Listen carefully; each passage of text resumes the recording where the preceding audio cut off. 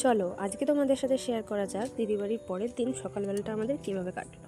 Hello, আমি রিয়া। আমার একটা নতুন ব্লগে তোমাদের সবাইকে ওয়েলকাম জানাই। দিদি বাড়ির আশপাশটায় প্রচুর ভেড়ি আছে যেখানে মাছ চাষ হয়, তাই জন্য সকালবেলাটা খুব সুন্দরই লাগে। আর হ্যাঁ, জানি আমার একটু ঠান্ডাও লেগে গেছে, তাই জন্য গলাটা এরকম শোনাচ্ছে, আর ভিডিওটাও দিতে অনেকটাই লেট হলো।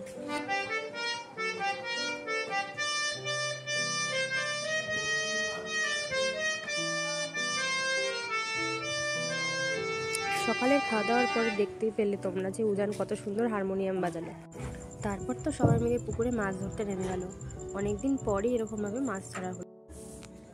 আর দিদিদের পুকুরের ধারে অনেক কচুর শাক হয়েছিল, আর কচুর লতিও সেরকম ছিল। কাঁকড়াও কিন্তু প্রচুর ছিল, কিন্তু কচু শাকগুলো জলের মধ্যে হওয়ার কারণে খাওয়ার পর হয়তো গলাও ধরতে পারে।